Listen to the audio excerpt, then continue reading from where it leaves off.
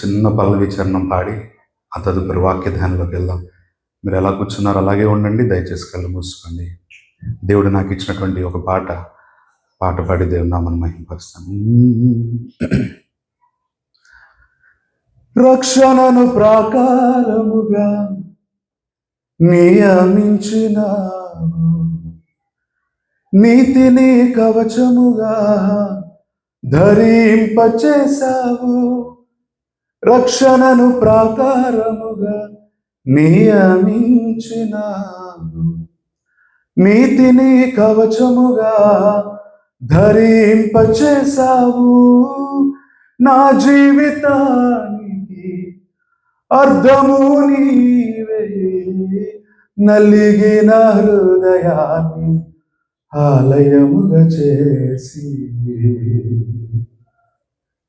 నీవే నాకు తోడు ఉండగా, నీ కృపయే నన్ను నడుపుచుండగా, నీవే నాకు తోడు ఉండగా, నీ కృపయే నన్ను నడుపుచుండగా, నా తండ్రి నీవే నా ధైర్యమని విశ్వాసంతో సాగి వెళ్ళేదా, నీవే నా దైవం అని చాటెదా. అవరోధాలెన్నో నన్ను అడ్డగించిన, అవమానాలెన్నో నన్ను చుట్టుముట్టిన, నీవే నాకు తోడు ఉండగా, నీ కృపయే నన్ను నడుపుచుండగా, నీవే నాకు తోడు ఉండగా, నీ కృపయే నన్ను నడుపుచుండగా. ప్రేమగల తండ్రి, తగిలిన ప్రభా, ఈ శ్రేష్టమైనటువంటి సాయంకాల సమయంలో ప్రభా తండ్రి, నీ కుమారుడు డేవిడ్ అంకుల్ని బట్టి వందనాలు. వారి ద్వారా నడిపించబడుతున్నటువంటి ఈ చక్కని సంఘాన్ని బట్టి నీకు స్తోత్రాలు. ఈ ఏర్పాట్లన్నీ చూసుకుంటున్నటువంటి సహోదరులను, యవనస్తులను, సహకారులను సమృద్ధిగా దీవించండి తండ్రి. ఎండిన భూమి వర్షం కొరకు ఎదురు చూసినట్లుగా బిడల హృదయాలు నేను ఎదురు చూస్తూ ఉండగా నీ వాక్కు మనటువంటి జల్లులను పంపి బిడల హృదయాలను తెప్పరలు చేయండి. ఆశ కలిగిన ప్రాణాలను తృప్తిపరిచే దేవుడు తండ్రి, నీ కుమారుడైనటువంటి నన్ను నీ సేవకుడిగా ప్రతిష్ఠించుకొని నీ పిలుపు మేరకు నన్ను ఈరోజు నేను అనుకోలేదు ప్రభు తండ్రి, నిలబెట్టి వాడుకుంటున్నందుకు నీకే స్తోత్రాలు. నా శక్తి, నా బలము, నా జ్ఞానము కాదు నాయన, నీ కృపయే, నీ వాక్కే తండ్రి విడుదల దయచేయండి.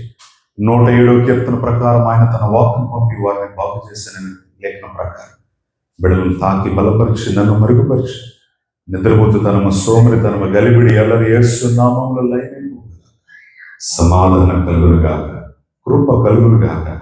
నన్ను మీ స్వాధీనపరుచుకుని పరిశుద్ధాత్మదేవ, మేము ఎన్నడూ అనాథలం కాదయ్యా, మీరు మాకు తోడుకున్న విధానంగా స్తోత్రాలు. పరిశుద్ధాత్మదేవ, మేము ఎన్నడూ దిక్కులేని వాళ్ళం కాదయ్యా, మీరు మాకు తోడుకున్న విధానంగా స్తోత్రాలు.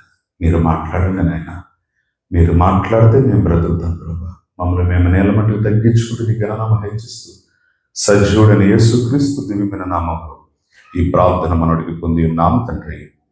ఆమేన్, ఆమేన్. రైట్, ప్రభువుకి మహిమ కలుగును గాక. చేరువచ్చిన మీ అందరికి నా హృదయపూర్వక వందనాలు అమ్మ. అందరికి వందనాలు, అందరికి వందనాలు. మీ పక్కన కూడా వందనాలు చెప్పండి. ఏదో 1,00,000 రూపాయలు తీసుకుని ఎగ్గొట్టినట్టుగా చూడబాకండి. మీ పక్కన చక్కగా మీ యొక్క సహోదరులే కదా, సహోదరులు. మనందరం కూడా ఇన్ని క్రైస్ట్, మనందరూ కూడా బాడీ ఆఫ్ క్రైస్ట్ సభ్యులు కాబట్టి చక్కగా కలుసుకున్నప్పుడు పలకరించుకోండి, చిరునవ్వుతూ ఉండండి. ఎందుకంటే ప్రభు ఎప్పుడు మనల్ని పిలుచుకుంటాడో తెలియదు. కాబట్టి మీ పక్కన అత్తగారు కూర్చున్నా, అల్లుడు గారు కూర్చున్నా, మామగారు కూర్చున్నా, మీ పడనోళ్ళు కూర్చున్నా, పడినోళ్ళు కూర్చున్నా చక్కగా విష్ చేసుకోండి, చక్కగా ఆనందించండి. దేవుని సన్నిధిలో ఎప్పుడు ఎల్లప్పుడు ఆనందమే. ఆమేన్. రైట్, దేవుని యొక్క వాక్యం చూద్దాం. మీ అందరికీ చక్కగా బైబిల్ స్టడీ చేసేటువంటి అలవాటు ఉందని బ్రదర్ ప్రవీణ్ గారు చెప్పారు ఇందాక. కాబట్టి కొన్ని విషయాలు మీకు చెప్తాను, చక్కగా రాసుకోగలిగితే రాసుకోండి, కొన్ని చక్కగా పరిశీలన చేసే ప్రయత్నం చేద్దాం. చక్కని అవకాశం దేవుడు మనకు అనుగ్రహించాడు. Right, the book of Hebrews chapter 11 verses 7. దయచేసి చదవగలిగిన వాళ్ళు 4 వేళ్ళు కొత్త నిబంధనలో 4 వేలు పాత నిబంధనలు పెట్టుకుని రెడీగా ఉండండి. చక్కగా చదవగలిగినటువంటి వచనాలు ఎక్కువ ఉంటాయి. చదవగలిగిన వాళ్ళు చదవండి, మిగిలిన వాళ్ళు దయచేసి లేఖనం ఆ ప్రకారం ఉన్నదో లేదో పరిశీలన చేయాల్సిందిగా ప్రభువు పెట్టవచ్చు. రైట్, హెబ్రీయులకు రాసిన పత్రిక 11వ అధ్యాయం 7వ వాక్యం.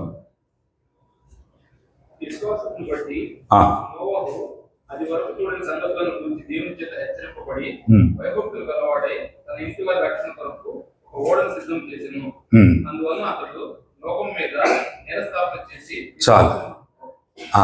ప్రియమైన దేవుని బిడ్డలారా, విశ్వాసమును బట్టి నోవహు అది వరకు ఎన్నడూ చూడని సంగతులు దేవుని చేత హెచ్చరింపబడి భయభక్తులు గలవాడై తన ఇంటి వారి రక్షణ కొరకు ఓడను సిద్ధము చేశాను. ఇక్కడ మనం అండర్లైన్ చేసుకోవాల్సిన మాట ఏంటంటే దేవుని చేత హెచ్చరించబడి.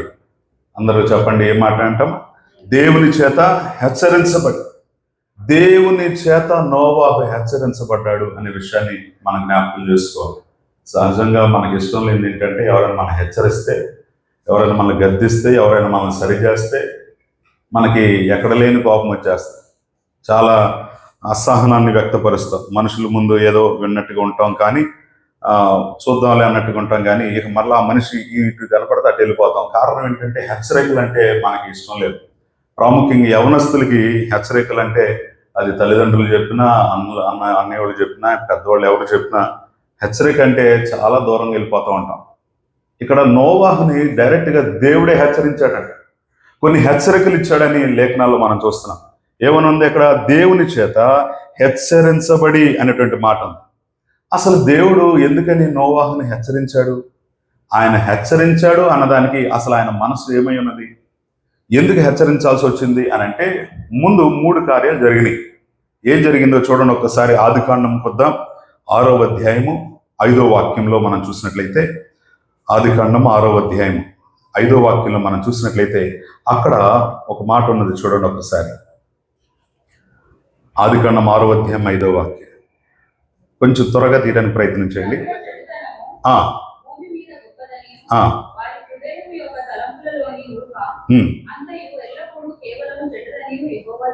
యెహోవా చూచి, చెప్పండి ఏం చేశాడంటే దేవుడు? యెహోవా చూచి, గాడ్ సా.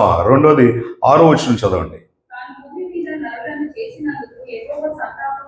చాలు, ఏమయ్యారంట? యెహోవా సంతాపమునందెను. ఒకటి యెహోవా చూచెను, రెండోది యెహోవా సంతాపమునందెను. God was sorry.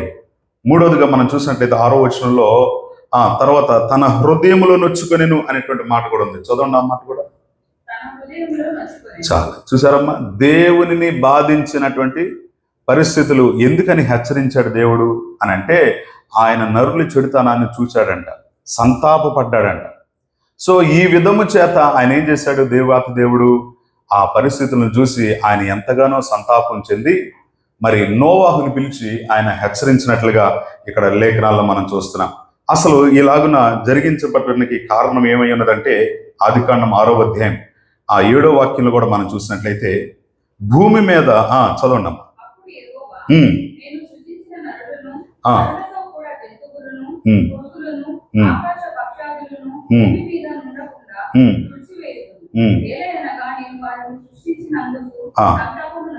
చాలు చాలు, చూసారమ్మా, భూమి మీద నరులను ఏం చేస్తానంటున్నాడు దేవుడు? తుడిచివేదును. దేవుడు ఒక వ్యక్తిని నిలబెట్టగలవాడు ఆయనే, ఒక వ్యక్తిని పడేసేది కూడా ఆయన. మనకి ఎంతసేపు కాయిన్ ఒకవైపే మనం అనుకుంటాం. దేవుడు జాలి గలవాడు, కృప గలవాడు, ప్రేమ గలవాడు, ఆదరించేవాడు, మనకు కావాల్సింది ఇదే. కానీ దేవునికి కాయిన్ వైపు ఇంకోవైపు ఉంది. ఆయన సర్వశక్తి కలిగిన వాడు. ఎల్షదాయ్ అంటే అర్థం ఏంటంటే భీకర కార్యములు చేయగలిగిన వాడని ఒక పక్కన అర్థం, మరొక పక్కన తల్లి పాలిచ్చు రొమ్ము కలిగిన వాడు, ఆదరించగలిగిన వాడని కూడా అర్థం. మనకి ఎంతసేపు తల్లి వల్లే ఆదరించేవాడే కావాలి, కానీ ఆయన శక్తి కలిగిన వాడని, ఆయన భీకర కార్యములు చేయగలిగిన వాడని, ఆయన భయంకరుడని, ఇలాంటి చాలా వాక్యాలు ఆయన గురించి ఉంది. ఆ రెండో కోవ గురించి మనకు ఎన్నడూ ఆలోచించో, ఆ కోవ మాకు వద్దు అన్నట్లుగా ఉంటాం. కానీ ప్రియమైన దేవుని బిడ్డలారా, దేవుడికి ఆ రెండో కోవ కూడా ఉంది అనే విషయాన్ని మనం జ్ఞాపకం చేసుకోవాలి. యెషయా గ్రంథంలో మనం చూసినట్లయితే 55వ అధ్యాయము 10-11 వాక్యాలు చూడండి ఒక్కసారి. యెషయా గ్రంథం 55వ అధ్యాయం 10-11 వాక్యాలు.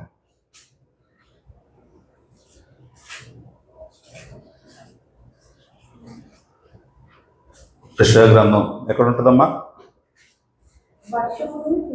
ప్రకటన గ్రంథం వెనకాల ఉంటుందా? అమ్మా చదవండి.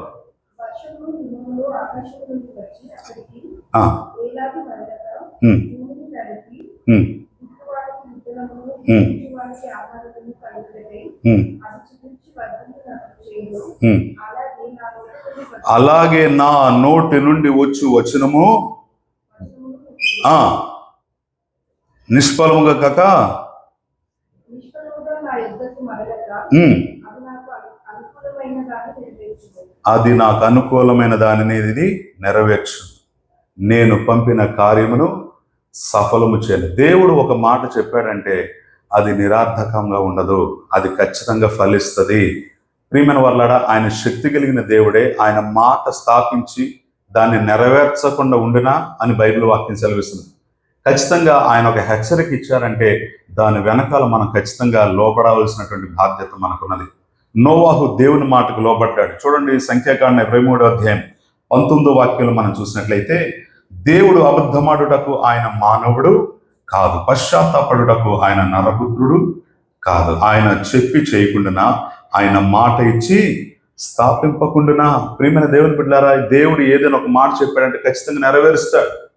కాబట్టి దేవుడు హెచ్చరిక ఇచ్చాడంటే ఆ ఏముందులే, హెచ్చరిక చూసి చూడనట్టుగా వెళ్ళిపోదాం, దాటుకొని వెళ్ళిపోదాం, ఏముందులే నేను వినలేదు అనుకుంటాను, నేను మర్చిపోయాను అనుకుంటాడులే దేవుడు, మోకాళ్ళేసి కరుణించి ప్రభువా నన్ను క్షమించంటే అయిపోద్ది, మరలా యథావిధిగా నా జీవితం ఉండొచ్చు, ఆదివారం భక్తి చేసేటప్పుడు ఒకలాగా, సోమవారం శనివారం లాగా మరొక విధంగా బ్రతుకుతూ అయ్యో నేను గమనించుకోలేదని సాకులు చెప్పవచ్చు. జాగ్రత్త, సడన్ గా స్పీడ్ బ్రేకర్ పడింది ఒక రోజు. అది ఏ రూపంలోనైనా కావచ్చు, ఏ రూపంలోనైనా కావచ్చు. దయచేసి ఈ విషయాలు చెప్తున్నాను, చాలా సీరియస్గా తీసుకోండి. దేవుడు మరి మొన్న రిచ్మండ్లో పాస్టర్ గారిని ఒకసారి ఒక బ్రదర్ని కలిశాను. ప్రియమైన దేవుని బిడ్డారు, ఆ బ్రదర్ చెప్తున్నాడు సాక్ష్యం, ఒక పెద్ద కంపెనీలో నేను మేనేజర్గా ఉన్నానండి, అసలు నాకే ఆశ్చర్యంగా ఉంది, ఈ స్థాయిలో నేను ఉండటానికి అసలు నేను అర్హుడిని కాదన్నాడు. ఆయనకే ఆశ్చర్యంగా ఉందంట. నాకంటే గొప్ప టాలెంట్ కలిగిన వాళ్ళు, బాగా చదవగలిగిన విద్యావేత్తలు కలిగినటువంటి వాళ్ళు ఈరోజు ఈ స్థాయిలో లేరండి, వాళ్ళకి నేను హెల్ప్ చేస్తున్నాను ఆయా సందర్భాల్లో, అసలు నేను అనుకోలేదు ఈ పొజిషన్లో నేను ఉంటానని చెప్తున్నాను. ప్రియమైన దేవుని బిడ్డారా, ఒక వ్యక్తిని ఇలాగ తీసుకెళ్లి సింహాసనం మీద కూర్చోపెట్టగలిగిన వాడు ఆయనే, అదే సింహాసనం నుంచి కింద పడేయగలిగిన వాడు కూడా ఆయనే. కాబట్టి ఏ సందర్భం లేనప్పటికీ, ఏ పరిస్థితులు అయినప్పటికీ మనం ఒకటి గుర్తుపెట్టుకోవాల్సింది ఏంటంటే, నన్ను నిలబెట్టినది ఆయన.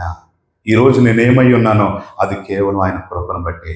ఇది నా శక్తి, నా జ్ఞానం, నా బలం కానీ కాదు. కాబట్టి ఇలాంటి గొప్ప దేవుడు మన విషయంలో ఏదైనా ఒక హెచ్చరిక ఇచ్చినప్పుడు, ఒకవేళ ఈ రాత్రి ఒకవేళ మనకు దేవుడు హెచ్చరికలు ఇస్తున్నాడేమో, జాగ్రత్త, మనం మెలుకోగలిగి లేకపోతే కనుక, హెచ్చరికలను మనం దాటిపోతే కనుక మనం పెద్ద ప్రమాదాలకు వెళ్ళిపోతాం. టీచర్లు చెప్తారు, అమ్మ రేపు నుంచి ఎగ్జామ్స్ ఉన్నాయి, చదువుకోండి, బాగా ప్రిపేర్ అయ్యండి అని చెప్తారు. పిల్లవాడు సంవత్సరం అంతా చదవకుండా ఆ రోజు నైట్ అవుట్ చేసి పుస్తకాలు చెప్పి అడి తిప్పి ఇటు తిప్పి చదివితే తెల్లారి ఎగ్జామ్ రాయగలడా, మంచి మార్కులు రాగలిగితే అంటే ఖచ్చితంగా రాదు. మరి ఏం చేయాలంటే సంవత్సరం అంతా చదువుకోవాలి. మరి ట్యూషన్స్ పెట్టేది అందుకే, రివిజన్స్ పెట్టేది అందుకే. సంవత్సరం అంతా స్కూల్కి వెళ్లకుండా లాస్ట్లో పుస్తకాలు తిరిగేసి, పేజీలు తిరిగేసి, నైట్ అవుట్ చేసి తెల్లారదా పడుకోకుండా పరీక్ష హాల్లోకి వెళ్ళిపోయి పిన్నగడ పడేసి నిద్రపోతా ఉంటే ఎట్లా పరిస్థితి. కాబట్టి సంవత్సరం అంతా నువ్వు చదివినటువంటి చదువుకి లాస్ట్లో ఎగ్జామ్ అనేది ఒకటి ఉంటుంది. ఆ ఎగ్జామ్ అనేది ఒకటి ఉన్నదని ప్రారంభం నుంచి నీకు ఆ మెలుగు ఉండాలి. అంతేగాని చివరికి వచ్చేటప్పటికి మనం అప్పుడు కంగారు పడే ప్రయోజనం లేదు. పరీక్షలు ఎందుకు అంటారు అమ్మా? ఎందుకు పరీక్ష అవసరం మనకి? చెప్పండి. మీరందరూ పరీక్షలు రాసే వచ్చారు ఇక్కడ దాకా. చెప్పండి, పరీక్షలు ఎందుకు పెడతారు? మనం ప్రమోట్ అవ్వాలంటే ఏం చేయాలి? ఎగ్జామ్ రాయాలి వద్దా? మా జ్ఞాపకార్థ కొడుకులు కూర్చున్నారు మీరు. చెప్పండి అమ్మా, ఎందుకు పరీక్ష రాయాలి? చెప్పండి, ఎందుకు పరీక్ష రాయాలి? ప్రమోట్ అవటానికి కదా. ఆ సంవత్సరం అంతా నువ్వేం చదివా, మన పరిస్థితి ఏంటో బయటపడేది పరీక్షలోనే. కాబట్టే పరీక్ష. ఒకవేళ చూడండి, నా ప్రశ్న, కలెక్టర్ ఆఫీస్లో కలెక్టర్ గారు ఉన్న రూమ్లోనే ప్యూన్ కూడా ఉంటాడు, అవునా కదా? అదే రూమ్లో. ఇప్పుడు నా ప్రశ్న ఏంటంటే, ఎవరు ఎక్కువ పరీక్షలు రాసుంటారు ఏమ్మా?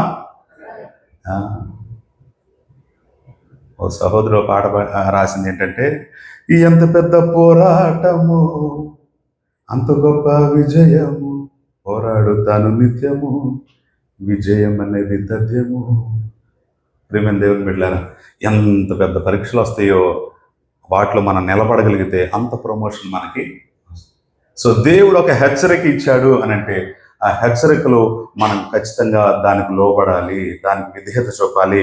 ఈ పరుగులెత్తేటువంటి ఈ పరుగు పందాల్లో, ఈ జీవన ప్రయాణంలో మనం చిక్కుపడటానికి వీలేదు. మెలకు కలిగి ఆగి ఈ హెచ్చరిక ఏంటో మనం చూస్తే ప్రమాదం నుంచి తప్పించబడతాం. రోడ్డు ఇక నా ఇష్టం, నేను కొన్ని ల్యాక్స్ ఆఫ్ రూపీస్ పెట్టి బండి కొనుక్కున్నాను, ఇక నాకు అడ్డే లేదు అన్నట్లుగా స్పీడ్గా వెళ్ళిపోతా ఉంటుంటే అక్కడ బోర్డు కనపడుతుంది. ఏమనంటే ప్రమాదకరమైనటువంటి పరిస్థితి, రోడ్డు అక్కడ వేస్తున్నారు, జాగ్రత్తగా స్లోగా వెళ్ళని గమనించుకొని బోర్డు ఉంటుంది. నాకు ఆ బోర్డుతో పని లేదని చెప్పి కాలుతో బోర్డుని తన్ని ఇంకా స్పీడ్గా వెళ్ళాడు అనుకోండి, ప్రమాదం బోర్డుగా మనకు. కాబట్టి ప్రమాదం ఏదైనా వచ్చినప్పుడు, హెచ్చరిక బోర్డు ఏదైనా వచ్చినప్పుడు ఏం చేయాలి? ఒక నిమిషం ఆగి మెలకు కలిగి ఉండాలి.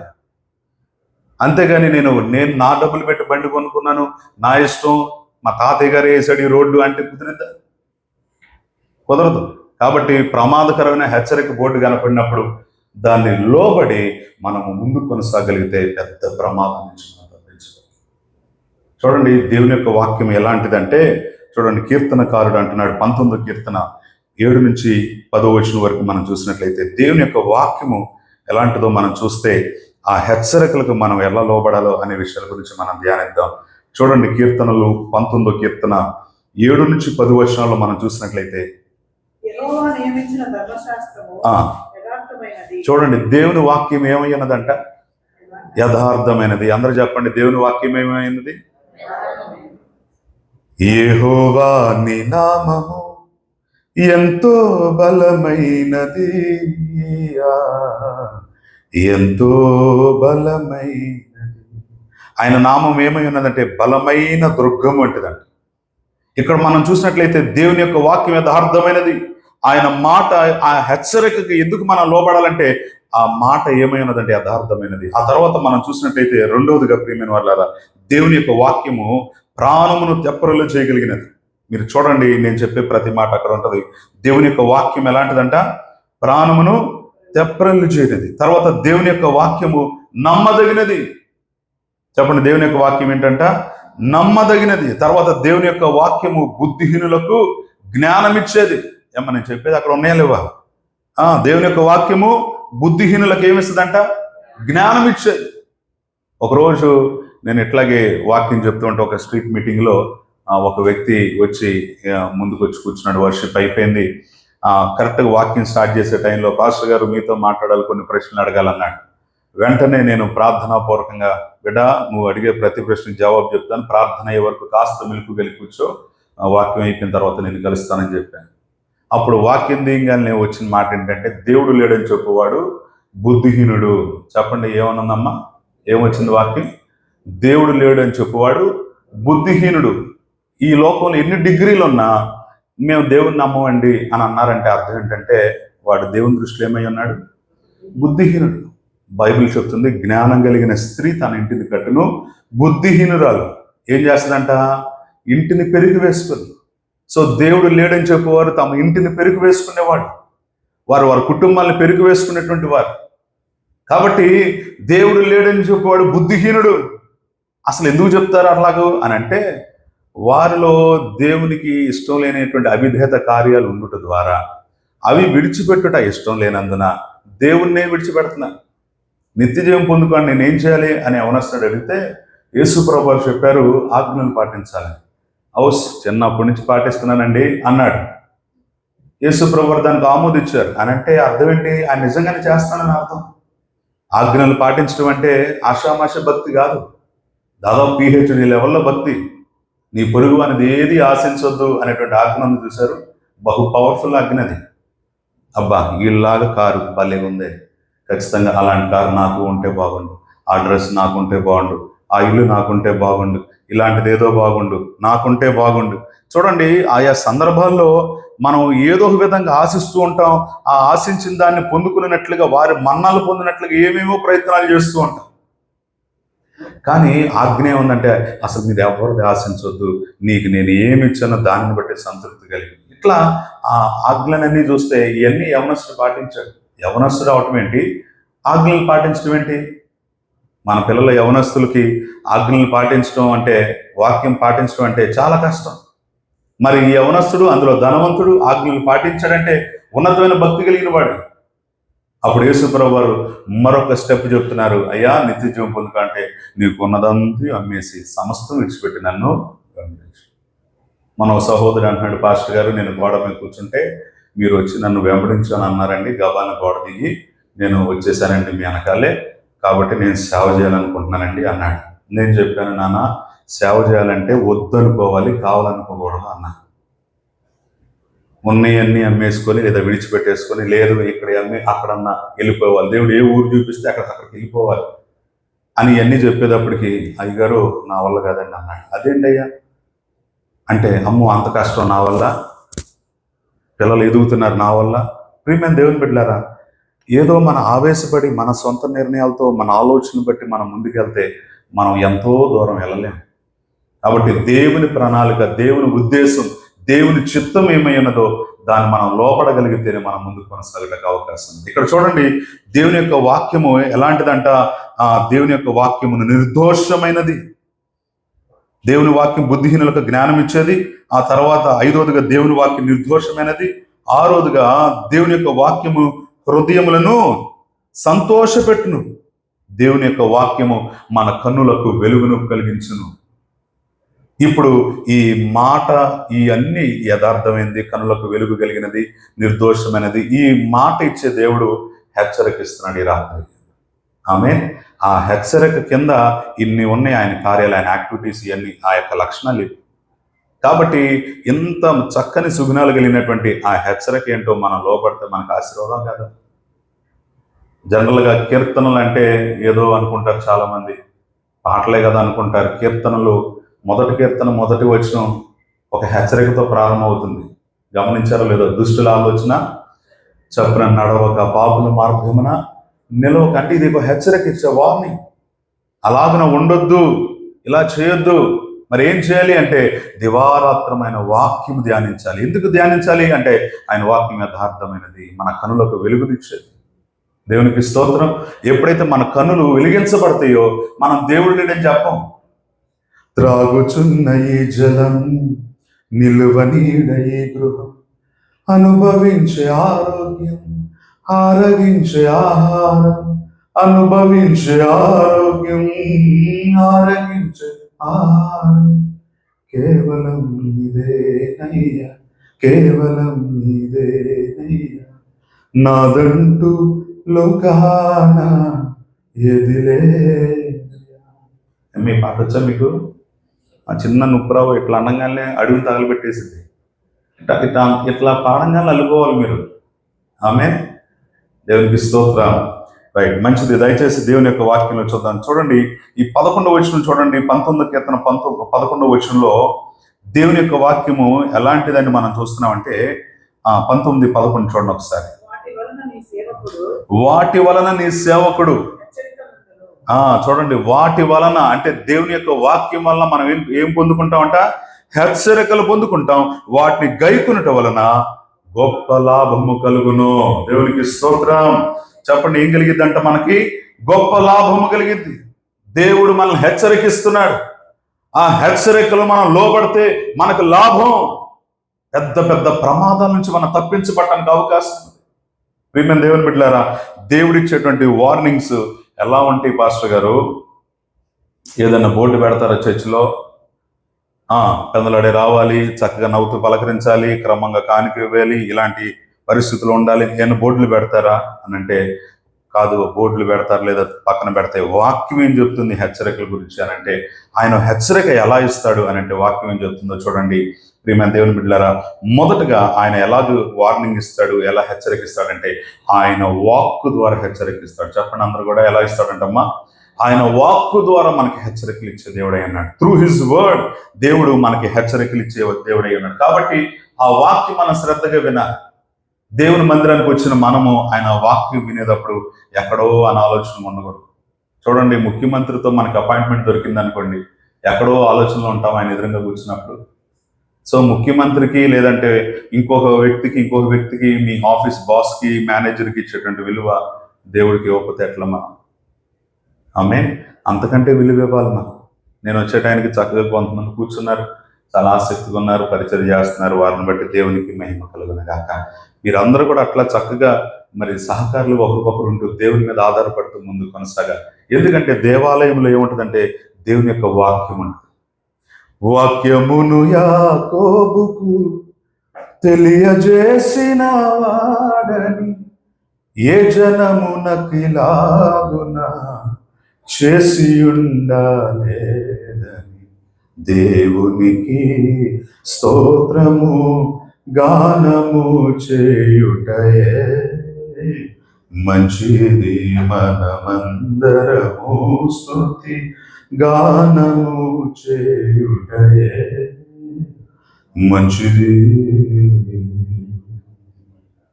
ఎందుకని ఆయన స్తుతించాలంటే ఆయన వాక్ అయి ఉన్నాడు.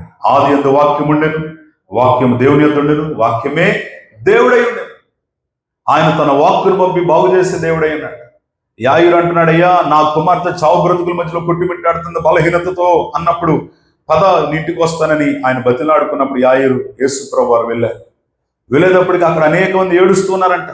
ఆ రోజుల్లో కొంత అమౌంట్ తీసుకొని ఏడ్చే బ్యాచ్ ఉంటారు, అలా వచ్చారంట. వాళ్ళని చూడంగానే యేసు ప్రభువు వారు అన్నారు, ముందు ఆ ఏడ్చే బ్యాచ్ని బయటకు పంపించండి.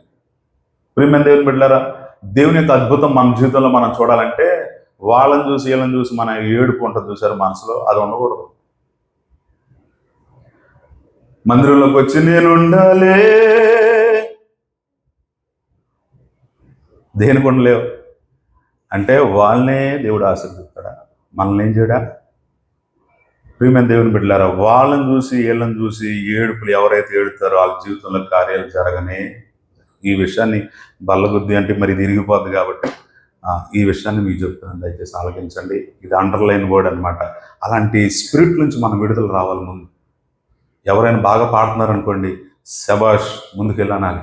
బైబిల్ బాగా చదువుతున్నారంటో వండర్ఫుల్ అని చెప్పాలి, చక్కగా ఎంకరేజ్ చేయాలి. వాయిద్యాలు చక్కగా వాయిస్తున్నారు సహోదరులు, వెరీ గుడ్, వండర్ఫుల్. మనకి ఇచ్చిన తలంతులను బట్టి మనం ముందు కొనసాగుతున్నప్పుడు నాకు లేదేంటి ఈ పరిస్థితి అను, దేవుడు నీకు ఏదో ఒక టాలెంట్ ఇచ్చే ఉంటాడు. నువ్వేంటంటే అది గుర్తించవంతే. అలాగే నువ్వు గుర్తించినప్పుడు ఆ టాలెంట్ని తీసుకొచ్చి దేవుని చేతిలో పెట్టాలి. దేవునికి స్తోత్రం. కాబట్టి వాళ్ళని చూసి వీళ్ళని చూసి ఏడుపులు అనేది ఉంటే దేవుని కార్యాలు జరగవు. ముందు ఆ ఏడ్చులను బయటకు పంపండి అన్నాడు యేసయ్య. ఆ తదుపరి యేసయ్య అన్నాడు, యాకోబు, పేతురు, యోహాను మీరు ముగ్గురు నాతో పాటు లోనికి రండి. ఎందుకని వారిని మాత్రమే 12 మంది శిష్యులు ముగ్గురిని ప్రత్యేకం పిలిచాడు యేసు ప్రభువు అని అంటే, ఏదైనా యేసయ్య చెడుకు చాలిన వాడని వాళ్ళు బాగా నమ్మారంట. సో దేవుని యొక్క అద్భుతం మన జీవితంలో చూడాలంటే యేసయ్య ఏదైనా చేయగలని నమ్మిక ఉండాలి. అలాగన వారు కలిసి లోపలికి వెళ్ళినప్పుడు చనిపోయింది పరిస్థితి చూసినప్పుడు, ప్రియమైన వాళ్ళరా, యాయిరు అలాగే నిలబడి చూస్తున్నాడు ఏం జరగబోతుందని. యేసు ప్రభువు వారు తల్లి తాకుమి అని ఒక మాట చెప్పారు. అంటే అర్థం ఏంటమ్మా? చిన్నదానా లే. ఇక ఆగిపోయిన గుండెల్లో కొట్టుకోవడం ప్రారంభమైంది. ఎండిన ఎముకలలో జీవం కలుగు చేయబడింది. మృతతూలమైనటువంటి నరాలన్నీ కూడా రక్త ప్రసన్నమైంది, లేచి నిలబడింది. దేవునికి స్తోత్రం. లేచి నిలబడగల కారణం ఏంటంటే యేసు ప్రభువు తన నోటి మాటను విడుదల చేశారు.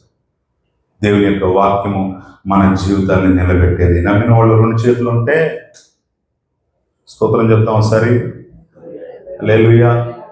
కొంతమంది చేతులు ఆఫీస్లో పెట్టినట్టున్నారు. రైట్, మంచిది. కాబట్టి ప్రియమైన వాళ్ళారా, మొదటగా దేవుడు ఎలాంటి వార్నింగ్ ఇస్తాడంటే ఆయన తన వాక్ ద్వారా వార్నింగ్ ఇస్తాడు. రెండవదిగా మనం చూసినట్లయితే దేవుని యొక్క హెచ్చరికలు, ఆ వార్నింగ్ ఎలా ఉంటుందంటే దేవుని సేవకుల ద్వారా దేవుడు వార్నింగ్ ఇస్తాడు. చూడండి, యెహెజ్కేలు గ్రంథం 3వ అధ్యాయం 19-20 వచనాలు చూడండి ఒకసారి. యెహెజ్కేలు గ్రంథం 3వ అధ్యాయం 19-20 త్వరగా చదవగలిగితే. రైట్. అయితే నీవు దుర్మార్గుని హెచ్చరిక చేయగా అతడు తన దుర్మార్గత నుండి దుష్క్రియల నుండి మరలని ఎడల తన దోషమును బట్టి మరణము గాని నీవు తప్పించుకొందువు. మరియు నీతి గలవాడు తన నీతిని విడిచి దుర్నీతిని అనుసరించినందున నేను అతని ముందర అభ్యంతరము పెట్టగా అతడు మరణమును నీవు అతనిని హెచ్చరిక చేయని ఎడల పూర్వము తాను చేసిన నీతి జ్ఞాపకమును రాకుండా అతడు తన దోషమును బట్టి మరణమవును. చూడండి, ఇది ఒక హెచ్చరిక. దేవుని సేవకుడు ద్వారా దేవుడిస్తున్న హెచ్చరిక. ఇది ఒక చక్కని హెచ్చరిక. దీనికి మనం లోబడగలిగినట్లయితే తన దాసుల ద్వారా దేవుడు ఇచ్చిన హెచ్చరికను మనం లోపడగలిగినట్లయితే, వెంటనే సరి చేసుకోగలిగినట్లయితే పెద్ద ప్రమాదం నుంచి మనం తప్పించబడటకు అవకాశం ఉన్నది. అపోస్తుల కార్యములు కూడా మనం చూసినట్లయితే 20వ అధ్యాయం 31వ వచనంలో మనం చూసినట్లయితే, అపోస్తుల కార్యములు 20వ అధ్యాయము 31వ వచనంలో మనం చూసినట్లయితే, కావున నేను 3 సంవత్సరముల రాత్రింబగళ్ళు కన్నీళ్లు విడుచుచు ప్రతి మనుషునికి మానకేం చెప్తున్నాడంటమ్మా? చెప్పాలి. మానకేం చెప్తున్నాడు పాస్టర్ గారు? బుద్ధి చెప్తున్నాడు. పాస్టర్ గారు మీరు నా గురించే చెప్తానంటే వాక్యం అంటున్నా. అసలు నా వైపే చూసి చెప్తున్నాడు అయ్య గారు, నా గురించి చెప్తున్నాడు, నా వైపే చూసి చెప్తున్నాడు. ప్రియమైన వాళ్ళారా, నీ గురించి చెప్పకపోతే 2 గ్రేడ్లకి ఫ్యామిలీకి చెప్తారమ్మా? చెప్పండి. దేవుడు యొక్క వాక్యము, గద్దింపు, హెచ్చరింపు ఖచ్చితంగా సంఘంలో ఉండాలి. ఆమేన్. దైవజనుడు వచ్చి, దావీదు నువ్వు చేసిన పాపం ఇది దేవుడు చూశాడు. దావీదు అనుకున్నాడు, ఎవరో చూడలేదు అనుకున్నాడు. కానీ పాస్టర్ గారు వచ్చి ఎప్పుడైతే నీ అవిధేయత ఇది అని చెప్పాడో, రాజు వెంటనే పాస్టర్ గారిని లేకుండా జైల్లో పెట్టించేసి అనలేదు, కానీ తన తప్పిదం ఒప్పుకొని మోకాళ్ళ మీద పడి, నీ వాత్సల్యం, నీ బాహుల్యం, నీ కృప కనికరం చూపించుము. ఎందుకు? పాపము చేశాను, దోషినై ఉన్నాను, పాపము చేశాను, దోషినై ఉన్నాను, తెలిసి ఉన్నవి నా అతిక్రమమే, తెలిసి ఉన్నవి నా పాపములే, నీ సన్నిధిలో నా పాపములే ఒప్పుకుందునయా శుద్ధాహృదయం కలుగజే అని కీర్తనలో రాశాడు దావీదు. నా తప్పిదం ఇది ప్రభువా, నేను ఒప్పుకుంటున్నాను. పాస్టర్ గారు హెచ్చరిక ఇచ్చినప్పుడు కోపం రాలేదు, తిరుగుబాటు చేయలేదు, గద్దింపు వచ్చినప్పుడు లోబడ్డాడు. ప్రియమైన వాళ్ళ దైవ సేవకుల ద్వారా దేవుడి ఇచ్చేటువంటి గద్దింపు మనం లోబడితే పెద్ద ప్రమాదాల నుంచి మనం తప్పించబడతాం. దేవుడికి స్తోత్రం. కాబట్టి అలర్ట్గా మనం ఉండాలి. దేవుని యొక్క వాక్యం ద్వారా మరి మనం హెచ్చరికలు ఇస్తున్నప్పుడు, మనం అలర్ట్ చేస్తున్నప్పుడు మనం చాలా మెలకు కలిగి ఉండాలి. చూడండి, కొలస్సీలు రాసిన పత్రిక 1వ అధ్యాయం 28వ వాక్యంలో మనం చూసినట్లయితే, కొలస్సీ పత్రిక 1వ అధ్యాయం 28వ వాక్యంలో, ప్రతి మనుషుని క్రీస్తునందు ఆయన ఎదుట నిలవబెట్టవలెనని సమస్త విధములైన జ్ఞానముతో నేను ప్రతి మనుషునికి బుద్ధి చెప్పుచు, ప్రతి మనుషునికి ఏం చెప్తున్నాడంట? బుద్ధి చెప్పుచు, ప్రతి మనుషునికి బోధించుచు, ప్రతి మనుషునికి బోధించుచు ఆయనను ప్రకటించుచున్నాను. దేవునికి స్తోత్రం. సేవకుల ద్వారా దేవుడు మనల్ని సరి చేస్తున్నప్పుడు, గద్దించినప్పుడు మనం దానికి లోపడాలి. ప్రియమైన దేవుని బిడ్డలారా, రోడ్డు మీద ఒక ప్రమాదకరమైనటువంటి బోర్డు ఉంది, జాగ్రత్త అనేటువంటి బోర్డు ఉంటుంది. అయితే ఆ బోర్డుకి ఎవరో శ్రద్ధాంజలి పోస్టర్ అంటించేశారు. ఇప్పుడు కనపడిద్దా వెళ్ళే వాళ్ళకి అది ఏ బోర్డు అని తెలిసిందా? ఏంటి ఆ బోర్డు? శ్రద్ధాంజలి ఎవరి ఫోటో అని చెప్పి చూసుకుంటూ వెళ్ళాడు. నెక్స్ట్ వీక్ ఆ శ్రద్ధాంజలి బోర్డులో ఈ ఫోటో పడింది. కాబట్టి జాగ్రత్త, హెచ్చరికలు ఇచ్చినప్పుడు అలర్ట్, బి అలర్ట్ అన్నప్పుడు ఏం చేయాలి? దాన్ని కప్పెట్టేయకూడదు. మనం ప్రమాదంలో పడకపోగా మన కుటుంబాన్ని కూడా ప్రమాదంలోకి లాక్కెళ్ళిపోతాం. కాబట్టి ప్రియమైన వాళ్ళరా, నోవాహు దేవుని చేత హెచ్చరిక పొందెను, ఒక అలర్ట్ మెసేజ్ పొందుకున్నాడు. ఇక్కడ దైవ సేవకుల ద్వారా దేవుడు మనకు హెచ్చరికలు ఇస్తున్నప్పుడు, మన సంఘంలో బుద్ధి చెప్పేటువంటి నాయకులు మనం కలిగి ఉన్నప్పుడు, వారి ద్వారా దేవుడు హెచ్చరికలు ఇస్తున్నప్పుడు, సరి చేస్తున్నప్పుడు, మన సొంత తలంపులతో, మన సొంత ఆలోచనలతో మనల్ని సంతోషపరిచే వాక్యం రాలేదు ఈ రోజున, మనల్ని ఆదరించే వాక్యం రాలేదు ఈ రోజున, మనల్ని ఆశీర్వదించే వాక్యం రాలేదు ఈ రోజున అని చెప్పి నిరాశపడద్దు. ఈ రోజు దేవుడు నీకు గద్దింపిచ్చాడంటే, నీకు హెచ్చరిక ఇచ్చాడంటే, బి అలర్ట్ అన్నాడంటే ఖచ్చితంగా నువ్వు అలర్ట్ అయిపోవాలి. మనకి ఎంతసేపు మనల్ని మెప్పించే వాక్యం కొరకు, ఆశీర్వాదాల కొరకు, ఇంకోటి కొరకు కాదు. ఇలాంటి గద్దింపు వచ్చినప్పుడు కూడా వాటిని ఎలా రిసీవ్ చేసుకుంటాం, అంతకంటే ఎక్కువగా దీన్ని మనం రిసీవ్ చేసుకోగలిగాం. అలాగే చేయగలిగితే నిశ్చయంగా పెద్ద పెద్ద ప్రమాదాల నుంచి మనం తప్పించబడటకు అవకాశం ఉన్నది. ప్రియమైన దేవుని బిడ్డలారా, దేవుడు మరి వాక్కు ద్వారా హెచ్చరికిస్తాడు, రెండవదిగా సేవకుల ద్వారా హెచ్చరికిస్తాడు, మూడవదిగా ఆయన ప్రేమ ద్వారా హెచ్చరికిస్తాడు. చెప్పండి, మూడవదిగా ఎలా ఇస్తాడంట?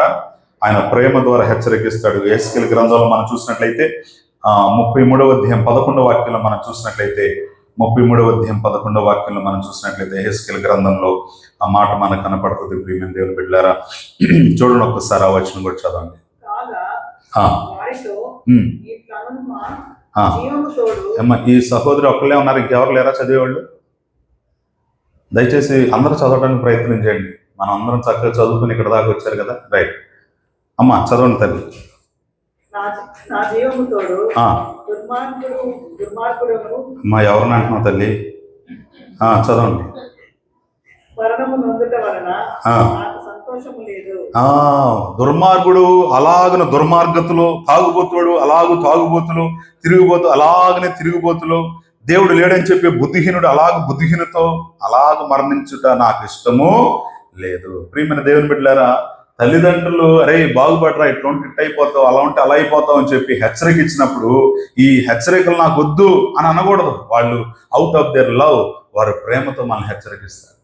ప్రియమైన దేవుని బిడ్డలారా, దేవుని యొక్క ప్రేమ కలిగినటువంటి హెచ్చరికలు వచ్చినప్పుడు మనం సరి చేసుకుంటూ మనం అప్పగించుకుంటూ ఇష్టపడాలి. మూడవదిగా, తర్వాత నాలుగవదిగా చూసినట్లయితే దేవుడు ఎలాంటి హెచ్చరికలు ఇస్తాడంటే, ప్రియమైన వాళ్ళ యోనా గ్రంథంలో మనం చూసినట్లయితే 1వ అధ్యాయం 1 నుండి 2 వాక్యాలు మనం చూసినట్లయితే ఆయన యొక్క న్యాయ తీర్పు వచ్చే ముందు దేవుడు హెచ్చరిక ఇస్తాడంట. ఒక హెచ్చరిక వచ్చిందంటే దాని వెనకాల ఏదో న్యాయ తీర్పు మనకు ఉంటుంది.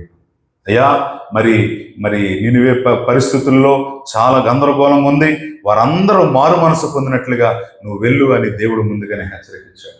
ఆ తర్వాత ప్రియమైన వాళ్ళారా, మరి నోవాహును కూడా చూసినట్లయితే జలప్రలయం గురించి ముందుగానే దేవుడు ఇచ్చాడు హెచ్చరిక.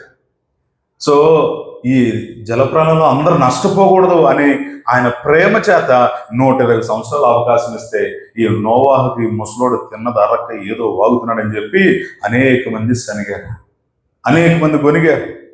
దైవజనుడేమో దేవుని సేవకుడు నోవాహు గారు ఒకటే ప్రసంగం. ఈ రోజన్నా మనకి మల్టిపుల్ ప్రసంగాలు ఉన్నాయి చక్కగా, కానీ అప్పుడు ఒకటే ప్రసంగం ఏంటంటే మారు మనసు పొందండి, దేవుడి యొక్క ఉగ్రత మరి జలప్రలయం రూపణ రాబోతుంది, నేను ఒక ఓడ నిర్మిస్తున్నాను, మీరు అందరూ అందులోకి వచ్చేసేయండి, ఎవరైతే వస్తారో వారు రక్షించబడతారు అని చెప్పినప్పుడు మరి వీళ్ళందరూ కూడా హేళన చేశారు. కారణం ఏంటంటే అంత మునుపు జలప్రలయం అంటే వర్షం అంటే వాళ్ళకి తెలియదు. ఇప్పుడు మనకి సునామీ వర్షాలు అంటే తెలుసు. చూడండి, మొన్నటి దినాన్న గతంలో దుబాయ్లో మరి వర్షాలు ఎంత విపరీతంగా వచ్చినట్టు రోడ్లు అన్నీ కొట్టుకుపోయినాయి, కార్లు అన్నీ కూడా. వాళ్ళు ఎప్పుడు కూడా ఆ వర్షం ఇట్లా వస్తుందని డిజైన్ చేసుకోలేదు. సో సడన్ గా అంత పెద్ద వర్షం వచ్చినప్పటికీ వాళ్ళు దాన్ని హ్యాండిల్ చేయలేక చాలా నష్టపోయారు. ప్రియమైన దేవుని బిడ్డలారా, ఆ రోజుల్లో కూడా వర్షం అనేది తెలియదు, వాళ్ళకి మంచు తెలుసు కానీ వర్షం తెలియదు. ఏదో మాట్లాడుతున్నాడు, ఏదో అనుకున్నారు, ముసలాయనికి ఏదో చేస్తుంటే వాళ్ళ పిల్లలు కూడా అట్లా అయిపోయారు. ఎరా ఎందుకు అలా చేస్తారు, మీ నాన్నకి ఏదో ఇదైంది, మీరు కూడా అట్లా ఎందుకు చేస్తున్నారని ఎన్నో టెంప్టేషన్స్ వచ్చి ఉంటాయి. కానీ యవనస్తులు అయినప్పటికీ ఆ టెంప్టేషన్స్ గురవకుండా తన తండ్రి తన తల్లి విధేయతలో దేవుని మాటకు లోబడి కుటుంబం కూడా కొనసాగింది. ఒకరోజు రానే వచ్చింది వర్షం వస్తున్నప్పుడు వారి కనులకు చూచినప్పుడు చాలా విచిత్రం ఉంది. తొలకరివానా అని మేబీ పాటలు పాడుకుని ఉంటారు, కానీ తొలకరి వాన కాస్త ఏమైందంటే వరదగా మారింది. ఈదటం తెలియని పరిస్థితుల్లో ఈదుకుంటే ఏదో ఒక విధంగా ముందు కొనసాగుదాం అనుకున్న టైంకి తలలో మునిగిపోయే పరిస్థితి వచ్చేసి ప్రియమైన వాళ్ళ దేవుడు ద్వారం మూసేశాడు. అప్పటి వరకు సనిగిన వాళ్ళు గొనిగిన వాళ్ళు, నోవాహు గారు పలానా రోజు మీకు పాలు పోసాం, నోవాహు గారు మన జ్వరం అయితే నీకు రొట్టె ఇచ్చాం, ఈ రికమెండేషన్లు అన్నీ వచ్చినాయి. కానీ దేవుడు వాక్యం సెలవిస్తుంది అప్పటికే ద్వారాలు. కాబట్టి వార్నింగ్ వచ్చినప్పుడు మనం ఏం చేయాలంటే సేవకుల ద్వారా కానీ, వార్నింగ్ వచ్చినప్పుడు వాక్యం ద్వారా కానీ, ఇలాగ మనకు వచ్చినప్పుడు మనం ఏం చేయాలంట, అవుట్ ఆఫ్ హిస్ లవ్ దేవుని యొక్క వార్నింగ్ మనకు వచ్చినప్పుడు మనం ఏం చేయాలంటే వెంటనే అలర్ట్ అయిపోవాలి. అలా కాకపోతే ప్రియమైన వాళ్ళరా, దేవుని మాటకు లోబడినటువంటి నోవహు తన కుటుంబం ఓడ చక్కగా పైకి తేలింది, మిగిలిన వారందరూ కూడా జలప్రలయంలో మునిగిపోయి లైవ్ అయిపోయారు. కాబట్టి ఈ రాత్రికాల సమయంలో మనం గ్రహించాల్సింది ఏంటంటే దేవుడు తన వాక్కు ద్వారా మనకి హెచ్చరికలు ఇచ్చే దేవుడై ఉన్నాడు. కాబట్టి హెచ్చరిక అంటే కష్టంగా పెట్టుకోకూడదు, వార్నింగ్ అంటే అదేదో భయం అనుకోకూడదు. పెద్ద ప్రమాదం నుంచి మనం తప్పించబడటానికే బిఫోర్ ఇట్ సెల్ఫ్ మనకేమవుతుందంటే ఒక వార్నింగ్ అనేది వస్తుంది. అది వచ్చినప్పుడు మనం ఏం చేయాలంట, గ్రహింపు కలిగి అంత పెద్ద శిక్ష నుండి మనం తప్పించబడాలి. నోవాహు ఓడ క్రొత్త నిబంధన కాలంలో మనం చూసినట్లయితే అది రక్షణకు సాదృశ్యం, సాల్వేషన్కి సాదృశ్యం. ఈ రాత్రి మాట్లాడినప్పుడు సహోదరి ఇంకా నీ జీవితంలో రక్షణ అనుభవం లేనటువంటి పరిస్థితుల్లో భక్తి చేస్తున్నావు, క్రమంగా వస్తున్నావు, పాటలు పాడుతున్నావు, పరిచయం చేస్తున్నావు, కానీ హృదయంలో మాత్రం నిజమైనటువంటి రక్షణ కనుక ఇంకా లేకపోతే దేవుడి రాత్రి నీకు మరొక అవకాశం ఇస్తున్నాడు. హల్లెలూయా. దయచేసి మీ హృదయాన్ని ప్రభు వైపు తిప్పండి. ఇంతవరకు మన హృదయంలో రకరకాల పరిస్థితులకి చోటిచ్చామేమో.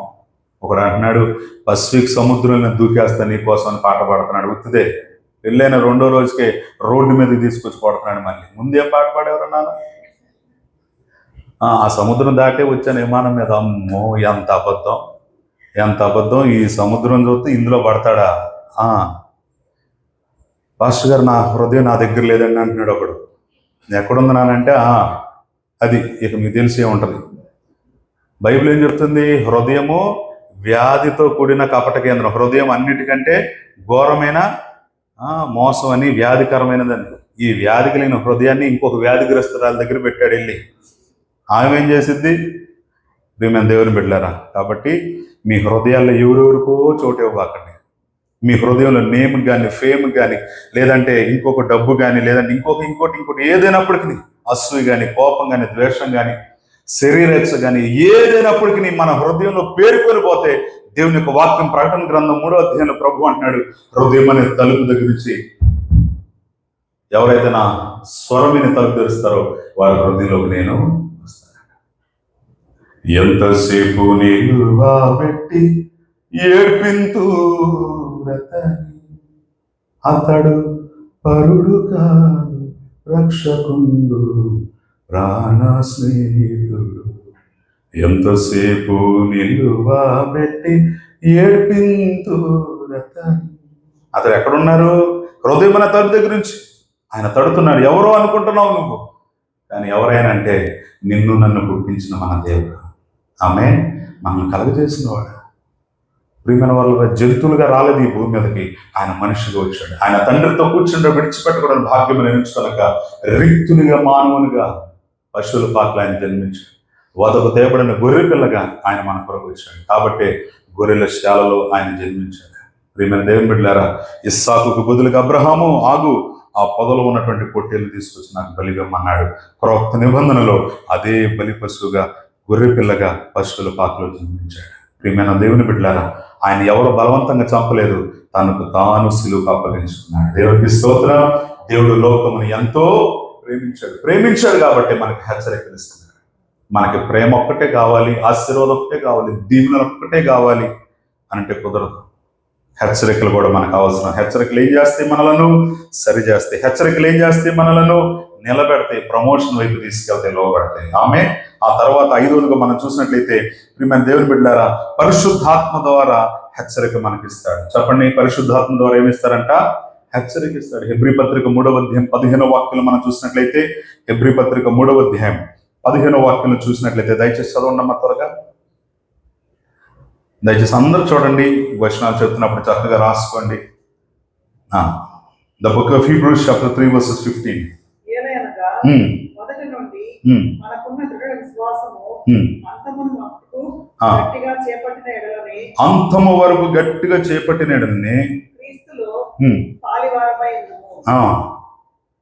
క్రీస్తులు ఏమై ఉంటామంట? అంతము వరకు గట్టిగా పట్టుకున్నప్పుడే. ప్రియమైన దేవుని బిడ్డలారా, ఇప్పుడు ఈ హెచ్చరికకు మనం లోపడాలా, ఇగ్నోర్ చేయాలా? అంతము వరకు అంటి పెట్టుకుని ఉండాలి అని పరిశుద్ధాత్మ దేవుడు చెప్తున్నాడు. ఇప్పుడు దీన్ని స్కిప్ చేద్దామా, ఇగ్నోర్ చేద్దామా, ఒబీడియన్స్ చూపిద్దామా ఈ మాటకి? పలుకే బంగారమాయన, మిమ్మల్ని చూసే రాసినట్టున్నారు ఈ పాట. మాట్లాడితే ముత్యాలు రాలుతాయేమన్నట్టుగా. అమ్మ చెప్పండి అమ్మ. ఇటు లేదు. దేవునికి స్తోత్రం. కాబట్టి పరిశుద్ధాత్మ దేవునికి ఏం చేయాలి? మనం విధేయత చూపాలి. విధేయతలోనే సర్వ ఆశీర్వాదాలు కలిసి వచ్చాయి. ఆమె ఆ తర్వాత ప్రియమైన వాళ్ళ 6వదిగా మనం చూసినట్లయితే దేవుడు ఎలాంటి హెచ్చరికలు ఇస్తాడంటే, మనం పడిపోక మునుపు దేవుడు హెచ్చరికలు ఇస్తాడు. వాక్యం సెలవిస్తున్నది చూడండి. సామెతల గ్రంథం 16వ అధ్యాయం 18వ వాక్యంలో మనం చూసినట్లయితే, సామెతల గ్రంథం 16వ అధ్యాయం 18వ వాక్యం మనందరూ తెలిసినటువంటి నాశనానికి ముందు ఏ నడిచిద్దామంటమ్మా?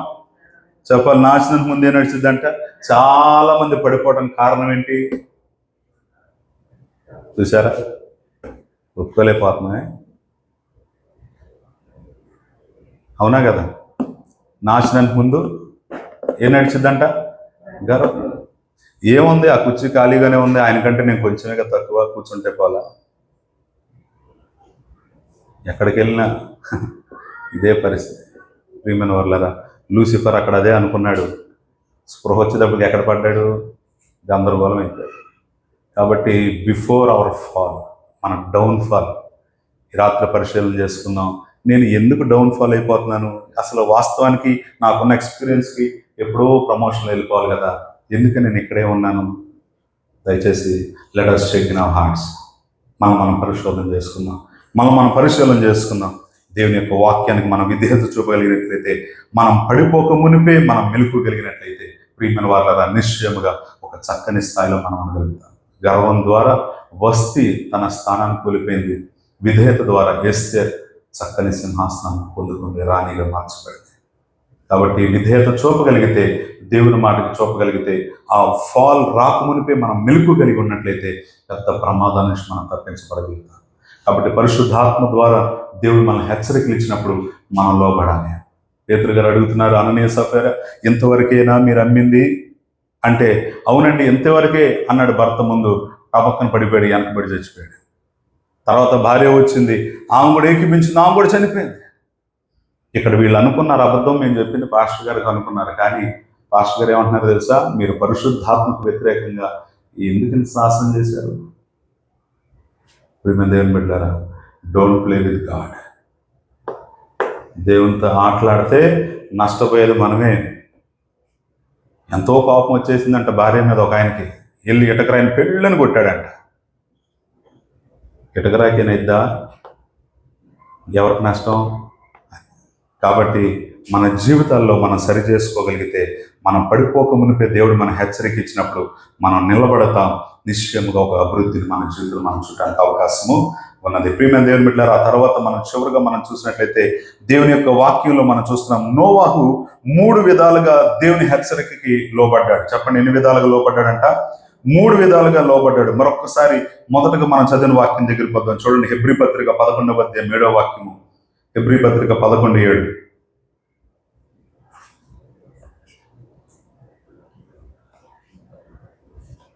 విశ్వాసమును బట్టి నోవహు అదివరకు చూడని సంగతులను గురించి దేవుని చేత హెచ్చరింపబడి, దేవుని చేత ఏం పొందుకున్నాడంట? భయభక్తులు కలవాడు, తన ఇంటి వారి రక్షణ కొరకు ఓడను సిద్ధం చేశాడు. చాలు, చూడండి, ఒక పెద్ద జలప్రలయం రాబోతుంది, దీనిని బట్టి ప్రపంచంతో మునిగిపోతుంది అని అంతకు మునుపు జలప్రలయం అంటే ఏంటో తెలియనటువంటి నోవాహుకి దేవుని మాట ఒక హెచ్చరిక వచ్చినప్పుడు ఆయన లోపడ్డాడు. ప్రియమైన వాళ్ళారా, ఎలాగ లోపడ్డాడంటే విశ్వాసమును బట్టి. అందరూ చెప్పండి, దేనిని బట్టి అంట? వాక్యం ఏం చెప్తుంది? విశ్వాసం ఫార్ములా బైబిల్ ఏం చెప్తుందంటే, విశ్వాసం అన్నది నిరీక్షింపబడి వాటి యొక్క నిజ స్వరూపము, అదృశ్యమైనవి ఒన్ని అనుటకు రుజువై ఉన్నది. ఎన్నో నెలమ్మా అంటే ఒక ఆవిడ అంది 8వ నెల అండి అంది. 8వ నెల వచ్చిందండి, ప్రెగ్నెంట్. ప్రియమైన దేవుని బిడ్డలారా, వాళ్ళ అత్తగారు అందంట, మొన్న మన వీధి చివర ఇట్లాగే 8వ నెలలో ఏం పాపం కాళ్ళు వాసినాయి అంట, మొహం ఏం కందగడ్డలాగా అయిపోయిందంటే. చూడండి అత్తగారు ఏమంటుందో. ఆవిడ కూడా కన్నారేగా ఒకప్పుడు. ఏంటమ్మా నీ మొహం ఏంటి కందగడ్డలాగా మారిపోయింది, నీ కాళ్ళు ఏంటి వాసిపోయింది? ప్రియమైన దేవుని బిడ్డలారా, చివరికి అంటుందంట, మన పక్క వీధిలో చివరింట్లో సేమ్ ఇదే మంత్లో ఇట్లాగే ఉంది, హాస్పిటల్ తీసుకుని దారిలో చచ్చిపోయింది అన్నంట. ఇప్పుడు ఇంక ఎట్లా ఉంటుంది పరిస్థితి? ఏమనాలేమా? అమ్మా ఏం అధైర్యపడబాక, టైంకి తిను, చక్కగా పాలు తాగు, చక్కగా డెలిషియస్ ఫుడ్ తీసుకో, న్యూట్రిషన్ ఫుడ్ తీసుకో, టైంకి పడుకో, అసలు ఏం పనులు చేయబాకమ్మా, నేను చేస్తాను. అవునా? కానీ ఇలా అనుకుంటే ఏమంటుందంట, అమ్మో ఏదో ప్రమాదం వచ్చేసింది, ఏదో అయిపోయింది, ఇక నీ పరిస్థితి కూడా అదే అయిపోతుందంటే ఎలా ఉంటుంది ఆవిడకి? భయం ఉంటుందా ఉండదా? ఇక నేను బిడ్డను కనలేనేమో అనుకుంటుంది, ఇక నాకు చక్కని కానుపే రాదేమో అనుకుంటుంది. ప్రియమైన వాళ్ళారా, నువ్వు చక్కని కానుపు కలుగుతుంది, చక్కని డెలివరీ అవుతుంది, సుఖమైన కానుపు, తల్లి బిడ్డ క్షేమం ఉంటుంది, ధైర్యంగా ఉండంటే అంత బాగుంటుంది. సో ఈ తల్లి బిడ్డను చూడదు, కానీ ఆవిడకు ఒక నమ్మకం కలిగింది. ఏమనంటే, నేను ఒక నిశ్చయం ఒక బిడ్డకి జన్మన ఇవ్వబోతున్నాను. ఆమె గర్భంలో ఉన్న శిశువుని ఆమె చూడలేదు, కానీ ఆవిడకి నమ్మకం ఏంటంటే, నిశ్చయముగా నేను నేను దేవుని యొక్క అందుని ఒక బహుమానము చూడబోతున్నాను. సో విశ్వాసం కూడా అంటే మనం ఏదైతే చూడలేదో నిశ్చయముగా అది ఉన్నదని మనం నమ్మిన ఎడల దేవుని మహిమను చూడగలుగుతాం. అదే విశ్వాసం యొక్క ఫార్ములా. మునిపెన్నడు జలప్రాణం ఎలా ఉంటుందో నోవహు తెలియదు, కానీ లోపడ్డాడు. దేవుని మాట హెచ్చరికకు లోపడ్డాడు. కాబట్టి మరి దేవుని మాటకు లోపడటానికి ఆయనలో ఉన్నటువంటి మంచి లక్షణం ఏంటంటే ప్రియమైన వాళ్ళ విశ్వాసము. కాబట్టి దేవుని యొక్క కార్యాలు మన జీవితంలో పొందుకోవాలంటే మనం కూడా ఉండాల్సినటువంటి లక్షణం ఏంటంటే విశ్వాసం. చెప్పండి, ఏముంటుందంట? విశ్వాసం. విశ్వాసం లేకుండా దేవునికి ఇష్టలైనట అసాధ్యం. కాబట్టి దేవునికి ఇష్టలుగా లేకపోతే ఆయన ఇంట్లోకి వెళ్ళగలమా? మనం ఆయన రాజ్యంలో అడుగు పెట్టగలమా? ఏమ్మా? కాబట్టి ఆయనకి ఇష్టలుగా ఉండాలంటే ఏం చేయాలి? విశ్వాసంలో ఎదగాలి. మరి విశ్వాసం ఎదగాలంటే విశ్వాసం ఎలా వస్తుంది? Very good. ఎవరు చెప్పారు? Very good. God bless you. వినుట వలన విశ్వాసం. ఏం వినాలి అని చంపేశాడా అంటుంది ఒక ఆమె. పూతరేకుల సీరియల్ శుక్రవారం అయిపోయిందంట, ఇక నిద్ర పడతలేదేమో. శనివారం కనపడిన టాపిక్ అదే, ఆదివారం కనపడినాడు. ఎప్పటి వరకు ఆగాలి ఏమంటే సోమవారం దాకా ఆగాలి. ఇక వీళ్ళు ఎక్కడ కలుసుకుని అన్నం తినబుద్దిగా అట్లా వండుకుంది కానీ తినబుద్దిగా. ఏంటంటే ఆయన చంపేశారా? అత్త ప్లాన్ చేసిందంట అల్లుడిని చంపేయడానికి. ఇక జరిగిందా లేదా? నేను చూడలేదు, కరెంటు పోయింది అంటుందంట. మేము దేవుని బిడ్డలారా, ఇది కాదు వినాల్సింది. ఏం వినాలంటే దేవుని యొక్క వాక్యం. వినుట వలన విశ్వాసము. చూడండి, మన ఆత్మలో బలం పొందుకునే కార్యక్రమం ఏంటో అది చూడాలి. మనకి ఏదైనా బలహీనత వస్తే ఇమ్మీడియట్గా హాస్పిటల్కి రష్ అవుతాం, మనం పరిగెడతాం, డాక్టర్ గారు ఇచ్చే ట్యాబ్లెట్స్ తీసుకుంటాం, చక్కగా వైద్యం తీసుకుంటాం, తప్పేం లేదు. కానీ నేను అనేది ఏంటంటే మరి మన స్పిరిట్ లెవెల్స్ ఎలా ఉన్నాయి? ఆత్మీయతలో మనం ఎదుగుతున్నాం లేదా? ఎందుకు ఆత్మీయతలు ఎదగాలి అంటే బైబిల్ చెప్తుంది, ప్రియుడా నీవు ఆత్మలో వర్ధిల్చున్న ప్రకారం అన్ని విషయాల్లో వర్ధిల్లి సౌఖ్యం ఉండాలి. నువ్వు అన్ని విషయాల్లో వర్ధిల్లి సౌఖ్యం ఉండాలంటే ముందు ఎందులో వర్ధిల్లాలి? ఎందులో ఎదగాలి? ఆత్మలో ఎదగాలి. ఆత్మ విషయమే దీనిలైన వారు ధన్యులు. పాస్టర్ గారు దేవుడు ఉన్నాడండి అంటున్నాడు ఒక ఆయన. ఏమడుగుతున్నాడమ్మా? దేవుడు ఉన్నాడా పాస్టర్ గారు అని అడిగాడు. నేను అన్నాను ఉన్నాడండి అన్నాను. ఆయన అన్నాడు చూపిండి నాకు అన్నాడు. దేవుడు ఉంటే చూపిండి అన్నాడు. నేను అన్నాను నేను చూపిలేను కానీ నువ్వు చూడగలవు అన్నాను. మరలా చెప్తున్నాను, నేను చూపిలేను కానీ నువ్వు చూడగలవు అన్నాను. ఎట్లా చూడగలనండి అన్నాడు. హృదయ శుద్ధి గలవారు ధన్యులు, వారు దేవుని. కాబట్టి దేవుని చూడగలగాలి అని అంటే మన హృదయం ఏమవ్వాలి? హృదయము వ్యాధితో నిండిన కపట కేంద్రము, దానిని గ్రహించుట ఎవరి సాధ్యము. అవునా? పైన ట్యాంక్లో పిచ్చి నీళ్ళు ఉన్నాయి అనుకోండి, కింద ట్యాప్లో మంచినీళ్ళు వస్తాయి, మినరల్ వాటర్, పిచ్చి నీళ్ళే వస్తాయి. హృదయం అనే కంటైనర్లో ఏమైతే నింపబడతాయో అదే వస్తాయి. కాబట్టి చెడ్డ మాటలు పలకకుండా మన నోటిని, చెడ్డ ఆలోచన రాకుండా మన హృదయాన్ని కాచుకోగలగాలంటే ఇది మన శక్తి సరిపోదు. దేవుని యొక్క వాక్యం చేత సర్వాంగ కవచం ధరించుకోవాలి.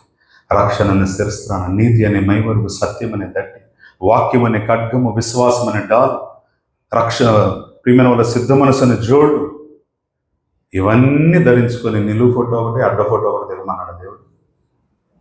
మరేం చేయాలి? మీరు పోరాడినది శరీరులతో కాదు, ఆకాశ మండల దురాత్మ సమూహాలతో మీరు పోరాడారు.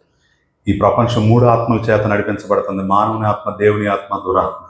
మానవుని ఆత్మలో నీవు అయితే దేవుని ఆత్మతో కలవాలి, లేకపోతే వేరే ఆప్షన్ లేదు, ఖచ్చితంగా దురాత్మే. కాబట్టి ఎందరైతే ఆయన ఆత్మ చేత నడిపించబడతారో వారందరూ దేవుని కుమారులు అనబడతారని వాక్యం సెలవిస్తుంది. కాబట్టి ప్రియమైన వాళ్ళారా, యెహోవా వాక్యం ఉత్తమమని మనం రుచి చూసిన ఎడల ఆయన హెచ్చరికలకు లోబడే మనసు దేవుడు మనకి. ఆమేన్. దేవునికి స్తోత్రం. కాబట్టి చెప్పండి, హెచ్చరికలు అవసరం అంటారు వద్దంటారా? మీ పక్కన చూసి చెప్పండి, హెచ్చరిక అవసరం అని చెప్పండి. కాబట్టి ఒక హెచ్చరిక ఇచ్చేసాడు. మరి టైంకి రావాలి నువ్వు, ఇట్లాంటిది ఏదైనా ఒక హెచ్చరిక ఇవ్వండి, సరేనా? చూద్దాం నెక్స్ట్ వీక్ దానికి లోబడతారు లేదు. దేవుడి వాక్యం మన వెనుకలో దీవించిన గాక. ఆమేన్.